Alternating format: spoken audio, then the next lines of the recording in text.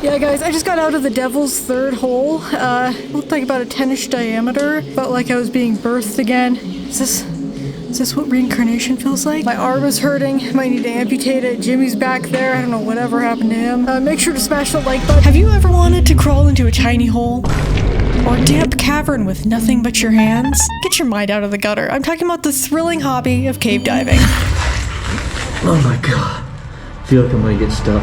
Well, caving has become a trend online, showing funny videos of people pretending to dive into impossibly small spaces, like a wall or the engine of someone's car. Caving itself, without a doubt, is one of the most dangerous sports out there, even more than mountain climbing and skydiving combined. It's time to go! We're going higher! Two things that you are never going to catch me doing. I don't know why people do this, but free will, right? 900 meters. Everest. You know, it's funny because the people that do these things really do love them. So I've got to have that kind of respect for that, without a doubt. You could not pay me to do this.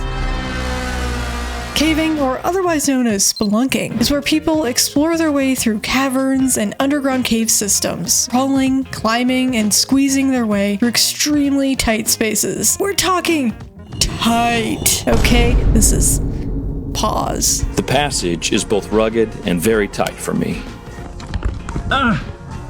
Okay, cool. You know, it just doesn't look fun. It's a little tight. It just doesn't look fun, but you know, I can keep moving my elbows through. So as long as I can keep moving my elbows, it's all fine. as long as I can keep bending my elbows, I'm okay. And you know how I mentioned rock climbing earlier? Well, sometimes you actually have to rock climb just to get into a cave. Call it a 2-for-1 death deal.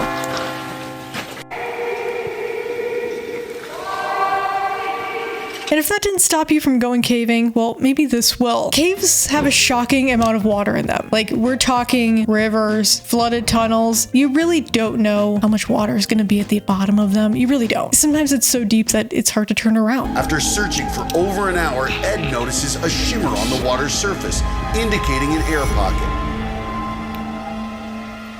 How you feeling? Ed Sorensen. The Manchester Hole tragedy is just one example of the dangers of this activity. In 2005, a small group of students went on a field trip to learn about caving with some of their teachers and trained cave guides. But it was only until the water began to rise faster and faster that led the group into a panic. As the students struggled to escape, now having to swim through dark passageways, finding their way through, it became clear once they reached safety that they were missing someone. Another student, a 14-year-old student, Joseph Lister, who actually ended up drowning in the tunnels because it was filling up too fast with water. Now, obviously, horrible, very tragic story, right? When you're dealing with a mass amount of water, sometimes even unintentionally in a cave, it can mean that if you don't find an air pocket fast enough, you're a goner. You're not going to make it out. Are you going, Jacob? Oh, he just bailed. You've got tons and tons and tons of rock pressing against your head. The odds are against you, right? The odds are totally against you. There's no room to breathe. This particular activity is called cave diving as opposed to dry caving. You'll often see in a lot of YouTube videos people will reference cave diving when they really just mean caving. But it's where explorers wear diving gear instead of everyday clothes to go deep into the depths of a cavern. Like, now you're purposefully going into the water. There's a high chance of running out of air. You know, you can't just crawl your way back up. Put your regulator in.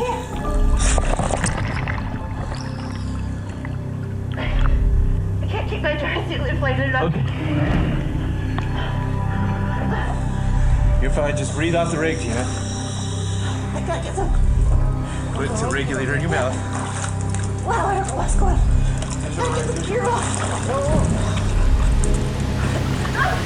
What the What the Why? There's no way of knowing water without water. There's no way that you're gonna know if you're gonna fit through a gap ahead of you. Taking your entire body into account, there's no way. Especially if you go solo caving, death sentence. Or if you have a flashlight go out unexpectedly, even if you bring batteries, ends up leaving you alone to pitch darkness without a way out. Nightmare scenario. And you cannot see anything. I'm panning around the room.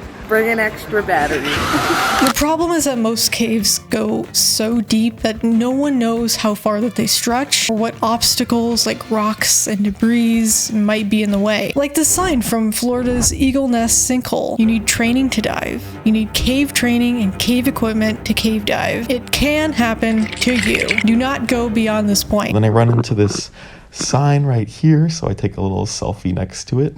You can see me there, and then I kind of turn around and you can see the entrance to the cave right here. That's where I came in. Nothing like the Grim Reaper inviting you down into pitch darkness. That's really fun. Nest sinkhole is a well-known but very dangerous cave diving location in Hernando County.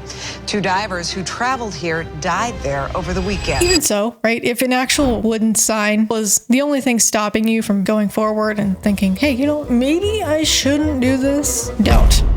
Just don't. Before electricity, early miners used to explore caves without any light, having to dig for salt, coal, and other minerals and metals. And again, this was not like a video game, okay? There was no way of crafting any kind of torch from sticking a piece of coal.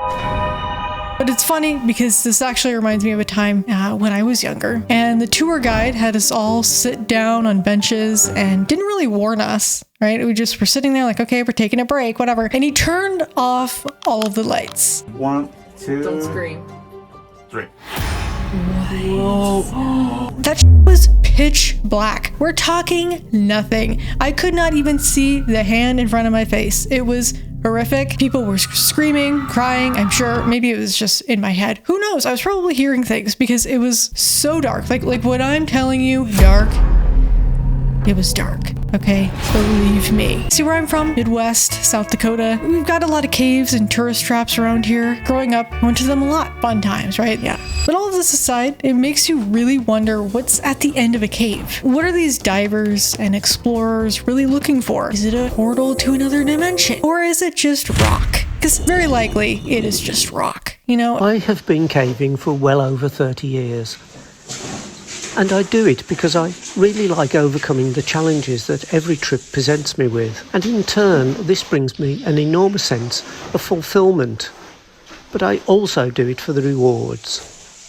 In an effort to find the unknown, cavers want to explore every crevice of the cave, like no crevice left behind. But you see, most of the time, not only can you not see what's in front of you, but you also can't exactly turn around. If only he had known that the passage ahead would narrow into an hourglass shape with a 30-degree downward angle. Already fatigued, Robert began squeezing into the opening, exhaling all the air from his lungs. And after several strenuous pushes, he realized there was no way forward.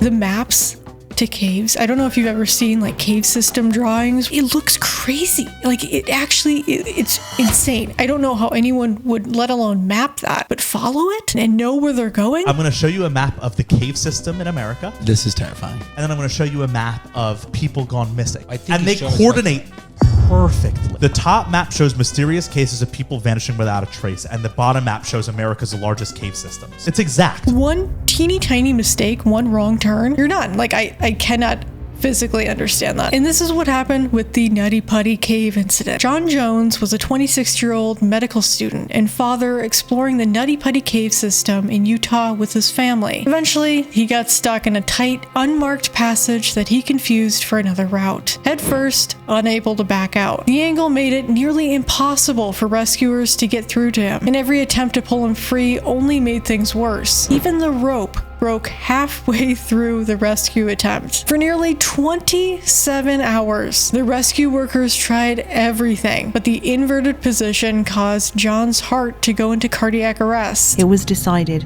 given everything that had transpired, that it was simply too dangerous for the rescue team to attempt to remove his body. The cave was then sealed permanently with his body still stuck inside. And he's not the first either. There have been other people that have been stuck in the Nutty Putty Caves. It is ridiculous. But this is probably one of the worst caving accidents out there. If all that stuff before wasn't enough, now you just might not find your way back out. Oh wait, there's more. The map that you carry with you could be outdated, but it could also be human error. One wrong step in the pitch blackness of a cave could make you end up somewhere you never planned to be. Yeah.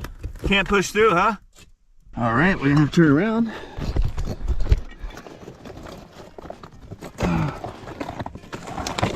Too tight to pass, apparently. What goes through someone's head when they discover a cave? Do they just say, hey, you know what? I'm just gonna jump in? You know what? It's actually pretty amazing that most people do end up surviving. How are they not squished? Who knows? But is the risk really worth it? There's so many things that you could do that don't end up with you trapped beneath the earth. Maybe just go on a hike, you know? All right, so the guy dropped us off halfway up the hill, and he doesn't know anybody who's been down this thing, but we are at the cave. He says he threw a rope down it with a rock and it was 200 feet deep before it stopped. You know what? Maybe just stay inside and be home. Yeah! This is crazy. There's a YouTube channel that I found called The Adventure Twins, and they ended up finding a cave in the middle of a forest, and they found bones. Dude, look behind you. There's like a little shrine of them. There's like, oh, that's a cranium. Dude, is that a human? Nah, I don't know. It's awfully round. Some people thought it was fake. Okay, you can think whatever you want, but either way, you could just fall into that. There's so many creepy crawly bugs and spiders in caves, sometimes even animals, right?